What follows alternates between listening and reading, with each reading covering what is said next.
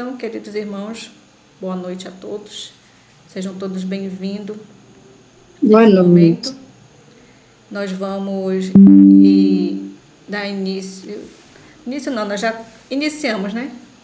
Dar continuidade à nossa programação e o tema de hoje é Junto ao Poço de Jacó. Nós estamos estudando o livro Desejados das Nações, também nesse projeto Parte de Olhos Filhos de Pé, porque o livro tem 85 capítulos. Então, a mensagem de João 4,6 diz: E estava ali a fonte de Jacó. Jesus, pois, cansado do caminho, assentou-se assim junto da fonte. Era isso quase a hora sexta. João 4, verso 6.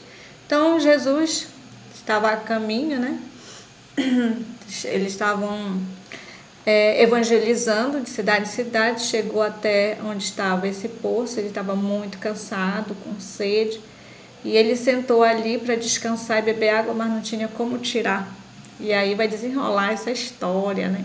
Que é muito interessante, irmãos, é maravilhoso, assim, a gente aprende muito, né? Eu escutei uma vez um pregador falar assim, que se a mensagem que você está trabalhando não te tocar, então nem é bom você transmitir essa mensagem. Então, glória ao Senhor, essas mensagens que eu tenho trabalhado, elas têm me tocado profundamente. E eu espero que toque vocês também. Bom, de caminho para a Galileia, passou Jesus por Samaria. Era meio-dia quando chegou ao belo vale de Siquém. À entrada desse vale, acha-se o poço de Jacó. Fatigado da jornada, sentou-se ali para descansar, enquanto os discípulos iam à cidade comprar alimento.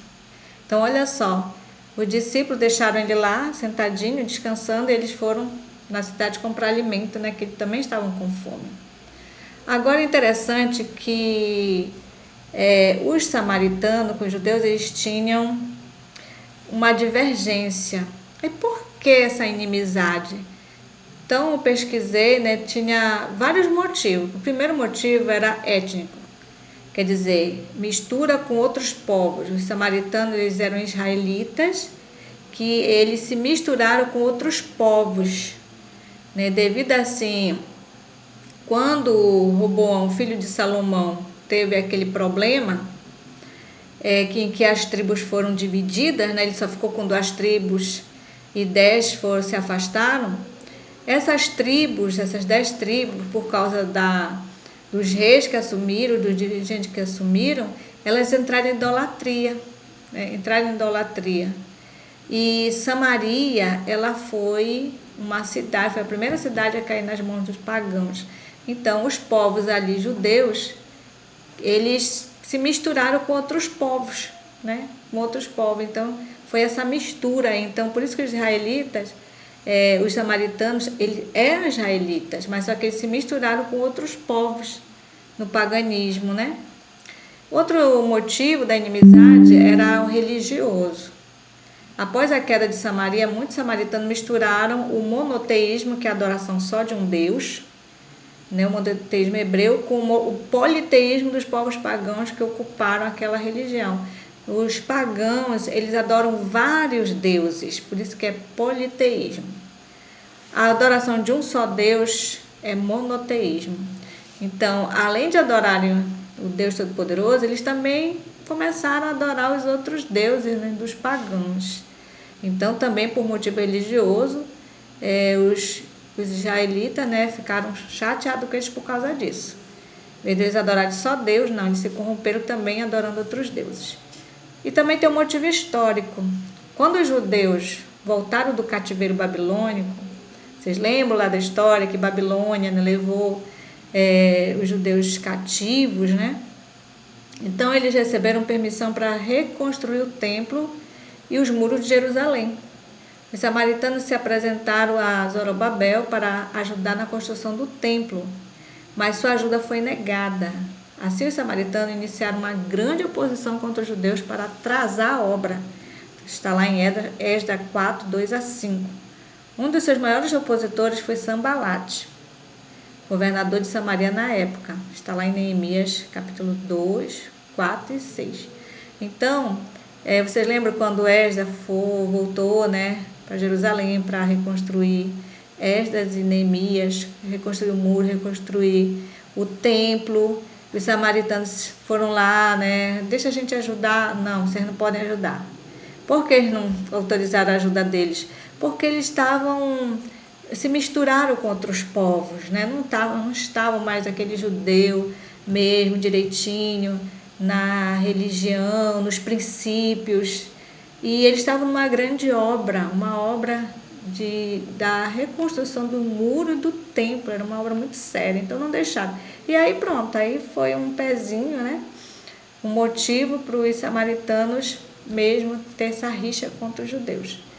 Os samaritanos, eles edificaram seu próprio templo de adoração no Monte Gerizim e tiveram seus próprios sacerdotes. Não consideravam a adoração no templo em Jerusalém apropriada. Então, a Jerusalém foi reconstruída, né? O templo foi reconstruído lá em Jerusalém, mas o que foi que eles fizeram? Fizeram o próprio templo deles, escolher os próprios sacerdotes deles. Eles não consideravam o templo que foi restaurado por ordem divina um templo apropriado. Então, esse foi o motivo da inimizade entre samaritanos e judeus. Bom, outra situação aqui está dos judeus contra os samaritanos, né?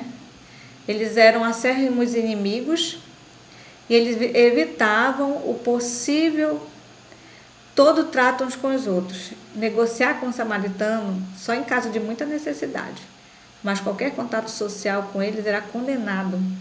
Um judeu não tomava emprestado nem recebia favores de um samaritano, nem um pedaço de pão ou um copo de água. Então o negócio era sério, né? Era muito sério. Eles não se falavam. Se fosse algum negócio só em casos extremos mesmo, de necessidade, não tinha nenhum contato social. Oi, bom dia, como vai? Não tinha, né? E eles não tomavam emprestado, não recebiam favores de um samaritano. Até um pedaço de pão ou tomar uma água, eles também não procuravam. Eles podiam estar lá com sede, né, com fome, mas não pediam para os samaritanos. Bom, teve um encontro muito interessante nessa situação. Ao sentar-se à beira do poço, Jesus desfalecia de fome e de sede. Longa fora a jornada desde a manhã. Agora ardia sobre ele os raios do sol de meio-dia. Já pensou? Aquele sol nas costas, na cabeça. A sede era-lhe acrescida ao pensamento da fresca e refrigerante água, ali tão perto e todavia inacessível. Para ele, pois não tinha corda e nem cântaro, e fundo era o poço. Cabia-lhe a sorte da humanidade e esperou que viesse alguém para tirá-la. Quem apareceu? Então Jesus estava ali, né, com muita sede, com muita fome, mas ele não tinha nenhuma corda, não tinha nada para tirar ali aquela água. Então ele ficou ali esperando alguém para tirar água para ele. E quem se aproximou? Uma mulher samaritana. Mas vocês podem perguntar, mas Jesus tinha poder, por que ele não fez isso? Ele não poderia usar o poder dele para si. Ele usava o poder dele para ajudar as pessoas. A atitude, né? Diz aqui que, como inconsciente da presença dele, encheu de água o cântaro.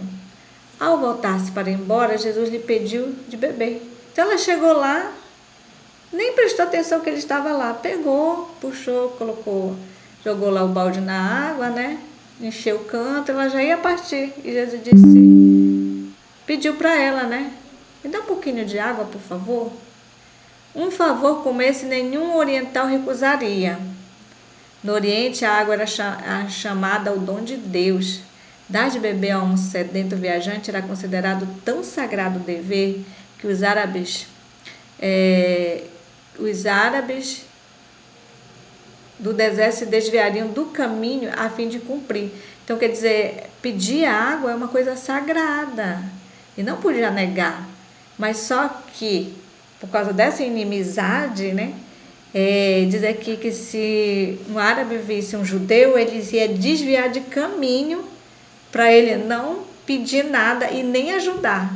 caso a pessoa necessitasse. Você vai ver como era sério o negócio, né? Bom, Jesus teve um tato muito forte com essa mulher. Diz que o ódio existente entre judeu e samaritano impedia a mulher de oferecer um favor a Jesus. Jesus buscava a chave para esse coração. E com tato, nascido do divino amor, pediu, não ofereceu um favor. O Rei do Céu chegou a essa desprezada alma pedindo o serviço de suas mãos. Irmãos, é muito interessante esse contato de Jesus com a mulher samaritana, né? Jesus se fez ali humilde, né? Ele pediu, o Rei do Universo, pedindo um favor a uma mulher, né? E uma mulher samaritana, pedindo o serviço dela. Tudo isso por quê? Porque Jesus queria se chegar a essa alma, queria mostrar para essa alma a salvação. A indagação. A mulher viu que Jesus era judeu. Em sua surpresa, esqueceu-se de satisfazer-lhe o pedido, mas procurou indagar a razão do mesmo. Como é, disse ela, que sendo tu judeu, me pedes de beber a mim, que sou samaritana? Então ela disse assim, não, mas espera aí, está errado. Você é judeu, por que você está pedindo para mim? Essa foi a indagação dela. O que foi que Jesus falou para ela? Se tu conheceras o dom de Deus e quem é o que te diz, dá-me de beber, tu lhe pedirias, e ele te daria água viva. Tu te admiras de que te pedisse mesmo um tão pequenino favor, como um pouco de água do poço aos nossos pés. Houvesse tu me pedido a mim, e eu te haveria dado de beber da água da vida eterna. Então, Jesus não quis entrar, né, na situação de explicar sobre o samaritano, sobre o judeu, não. Ele entrou na mensagem, né? Olha, se tu soubesse o dom de Deus, tu saberias, você me daria essa água e eu te daria uma água melhor, uma água viva que jamais você ia sentir sede, né? E a beber a água da vida eterna. Qual o significado dessas palavras? Quantas almas sedentas se acham hoje junto à fonte viva e olham todavia à distância em busca das fontes da vida? O que experimenta o amor de Cristo anelará continuamente mais. As riquezas, honras e prazeres do mundo não atraem. Aquele em que Cristo habita tem em si mesmo a fonte da bênção. Dessa fonte poderá tirar forças e graça suficiente para as suas necessidades. Mas isso aqui me tocou muito, porque quantas pessoas estão perto de Jesus, porque Jesus é a água, é a vida, mas estão com sede, estão pertinho da fonte, mas ao mesmo tempo distante em busca da fonte, estão ali perto, que nem a mulher samaritana, né? Ela estava perto de Jesus, perto da vida, da fonte, mas ela estava assim, meio que inconsciente, né? Não enxergando direito. E diz que quando você experimenta o amor de Cristo, né, você quer mais e mais, e as coisas do mundo não te são atrativas, não te atraem, né? Pelo contrário, a fonte que Jesus nos dá, né, ela também nos dá força, nos dá graça, nos dá suficiência e supre todas as nossas necessidades. Bom, Jesus teve uma estratégia com ela, né? Jesus mudou então abruptamente a conversa. Antes que essa alma pudesse receber o dom que ele ansiava conceder-lhe, seria preciso que fosse levada a reconhecer seu pecado e seu Salvador. Então Jesus falou da água da vida, né? Que se ela conhecesse, ela não ia ter mais sede nem fome. Mas ele interrompeu, mas espera aí, ela precisa se arrepender dos pecados dela. Então ele disse para ela, vai, chama o teu marido e vem cá. Ela respondeu, não tenho marido. Assim esperava evitar qualquer interrogação nesse sentido. Mas o Salvador continuou, disseste bem, não tenho marido, porque tiveste 5 maridos, e o que agora tens não é teu marido. Isso disseste com verdade. Então Jesus fez essa pergunta, né? Vai chamar teu marido? Pediu para ela fazer isso, justamente para entrar na situação em que ela estava, conforme os princípios, errada. E ela pudesse reconhecer seu erro, né, se arrepender para uma nova vida. O que passou na mente da samaritana quando Jesus falou essas coisas da vida dela? Ao ouvinte, ela diz que ela tremeu. Misteriosa mão estava voltando as páginas de sua vida. Nossa, ele sabe meu passado, ela pensou, né? Apresentando aquilo que esperava manter sempre oculto. Então, só Deus sabia dessa vida dela, né? De prostituição, de adultério. Quem era esse que podia ler-lhe os segredos da vida? Acudiram-lhe pensamentos da eternidade, do juízo futuro, quando tudo é agora oculto, será revelado. A esse clarão despertou a consciência. Então ela ficou, nossa, ele sabe a minha vida. E no dia do juízo vai acontecer assim, que tudo vai ser esclarecido, e agora ele está falando dos meus pecados, né, das minhas atitudes. Então ela ficou pensativa, né? Pensativa nessa situação. Aí ela tentou fugir do assunto, né? Esperando abafar a convicção, voltou-se para pontos de controvérsia religiosa. Falou para Jesus sobre o templo onde adoravam. A resposta de Jesus: crê-me que a hora vem que nem neste momento, nem em Jerusalém, adorareis o Pai. Vós adorais o que sabeis. Nós adoramos o que sabemos, porque a salvação vem dos judeus. Jesus mostrara sem isento preconceito judaico contra os samaritanos. Agora procurava derribar o mesmo preconceito da parte da samaritana contra os judeus. Então, ela mudou novamente de assunto, né? E foi para o ponto da religião. Mas, olha, nós adoramos aqui no Monte Gerizim, vocês adoram lá em Jerusalém. Aí Jesus disse para ela: vai chegar uma hora que nem neste monte Gerizim, nem Jerusalém adorareis o Pai, vós adorais o que não sabeis, ele fala. E ele disse que a salvação vinha dos judeus, porque da linhagem dos judeus que viria Cristo, né, o Messias. E então ele foi direcionando a mente dela, né, que derrubando essa barreira de preconceito que ela ainda tinha no coração. Era seu desejo erguer os pensamentos de seu ouvinte acima das questões de formas, cerimônias e controvérsias. A religião não é limitar-se a formas e cerimônias exteriores. A religião que vem de Deus é a única que leva a Ele. Para o servirmos devidamente, é mister nascermos do Divino Espírito. Isso purificará o coração e renovará a mente, dando-nos nova capacidade para conhecer e amar a Deus. Então, Jesus levou ela para outro pensamento, né, para outra questão, que a religião não era essas formas, essa cerimônia, eu adoro aqui, tu adora ali. Não, não era isso. A religião que vem de Deus, diz aqui que é a única que leva a Ele para o servirmos devidamente, né? Então, por isso, seria necessário nascer do Espírito, né? Do Divino Espírito, porque assim purificaria o coração e renovaria a mente, dando que a ela uma nova capacidade para conhecer e amar Deus, né? O Deus verdadeiro. Bom, o alvo foi alcançado, né? Jesus a convencera de que lia os segredos de sua vida. Sentiu, entretanto, que ele era seu amigo, compadecendo-se dela, amando-a, se bem que a própria pureza que dele emanava lhe condenasse o pecado. Não proferia palavra alguma de acusação, mas falara de sua graça, que lhe podia renovar a alma. Surgiu-lhe no espírito a indagação: não poderia este ser o tão longamente esperado Messias? Disse-lhe: eu sei que o Messias, que se chama Cristo, vem. Quando ele vier, nos anunciará tudo. Jesus respondeu: eu sou eu que falo contigo. Ao ouvir a mulher estas palavras, a fé brotou-lhe no coração.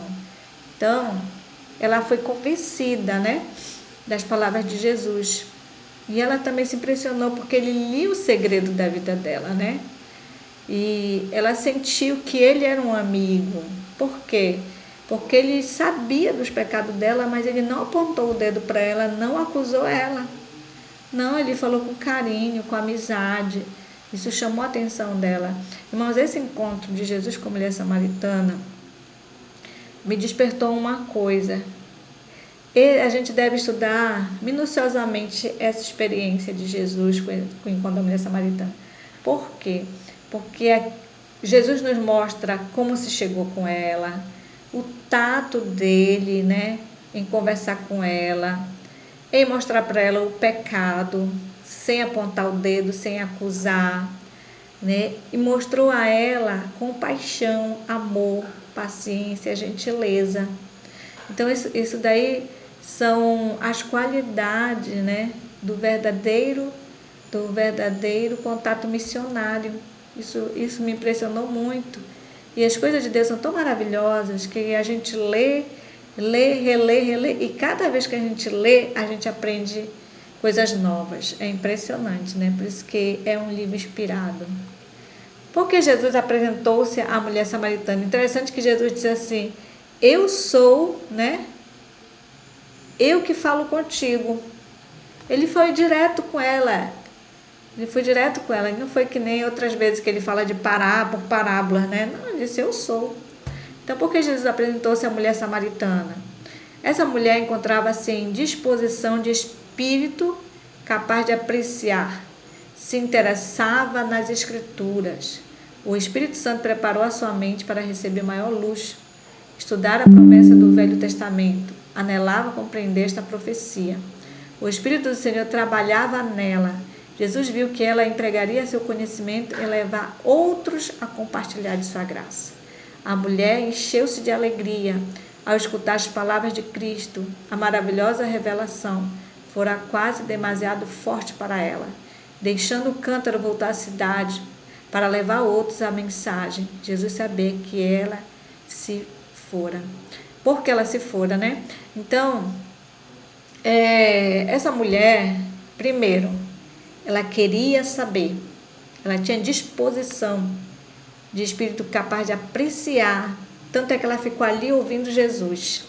Ela se interessava, ela lia a palavra de Deus, né? E diz aqui que o Espírito Santo preparou a mente dela para receber, para esse contato com Jesus. Ela estudava a promessa do Velho Testamento, ela queria compreender essa profecia, ela tinha desejo de compreender essa profecia, tá? E Jesus sabia que ela tinha um espírito missionário. Tanto é que foi que ela fez, deixou o cântaro dele, correu para a cidade para chamar as pessoas, né, e dizer, olha, o que tinha acontecido com ela, né? Então, é interessante, né? Jesus, ele nos leva até essas almas. Assim como o Espírito Santo levou ele até essa alma, que ela estava ansiosa, com sede e fome da palavra de Deus. A semeadura. Jesus começara a derribar a parede de separação entre os judeus e os gentios e a pregar salvação a todo mundo. Apesar de seus preconceitos, aceitou a hospitalidade desse povo desprezado, dormiu sobre o seu teto, comeu com eles à mesa, partilhando do alimento preparado e servido por suas mãos. Ensinou em suas ruas e tratou-os com a máxima bondade e cortesia. Então, Jesus o quê? Quebrou a barreira, né? Ele, de separação entre os judeus e os gentios. Ele ficou no meio deles, dormiu na casa deles, comeu com eles do alimento preparado pelas mãos dele, ensinou nas ruas. E como foi o comportamento de Jesus? Com amor, com bondade e cortesia, né? Então ali, né, Jesus semeou a palavra de Deus, a salvação àquele povo. O convite evangélico não deve ser amesquinhado e apresentado apenas a uns poucos escolhidos, que supomos nos farão honra caso aceite. A mensagem deve ser dada a todos, onde quer que haja corações abertos para receber a verdade. Cristo está pronto a instruí-los. Para esses não emprega nenhuma parábola. Como a mulher junto ao poço, ele lhe diz, eu sou eu que falo contigo. Então, nós não devemos escolher pessoas. A gente sai para evangelizar, né? Sai para visitar. Aí tem as casas. Não, essa aqui eu não vou bater, mas aquela ali eu vou bater. Não, essa aqui eu não vou entrar, mas aquela ali eu vou entrar. Não, a gente tem que não fazer acepção de pessoas. Quando eu falo acepção de pessoas, irmãos, a gente vai encontrar tudo quanto é espécie de pessoas. Às vezes tem aquela pessoa que estava num mundão, mesmo fazendo, acontecendo, e ela se desperta para a salvação, E às vezes ela fica constrangida, né? Porque as pessoas olham para ela com um olhar meio esquisito, né? E não é assim. Cristo sabia da situação dessa mulher, mas ele em momento algum acusou ela, condenou, não. Foi com amor, tato, né, com bondade que ele chegou até ela e chegou até o seu povo também. Então, queridos irmãos, nós vemos aqui a atitude de Jesus com as almas, né? Principalmente as almas que estão passando por situações críticas e situações difíceis, mas que estão ali só esperando um contato, né, para serem esse contato. Elas querem assim saber mais de Jesus, saber mais das Escrituras. E às vezes a gente deixa o preconceito, né, nos dominar. Mas que através dessa experiência tão maravilhosa que Jesus teve com a mulher samaritana, possamos assim refletir, né, estudar mais, orar mais. Senhor, como eu devo me chegar com a alma, nos preparar. Quando os discípulos, antes de receber o Espírito Santo, que eles foram para a igreja, né, foram se reunir, um dos pedidos deles era esse, que Jesus habilitasse eles a como falar, a como se chegar com as almas, e que possamos também ter esse desejo no coração, que o Senhor nos habilite a falar, a ter tato, sabedoria, paciência, muito amor com as almas que vamos estar em contato. Então, que Deus nos ajude com o seu Espírito, né, a sermos missionários segundo o coração de Deus. Amém? Amém. Amém.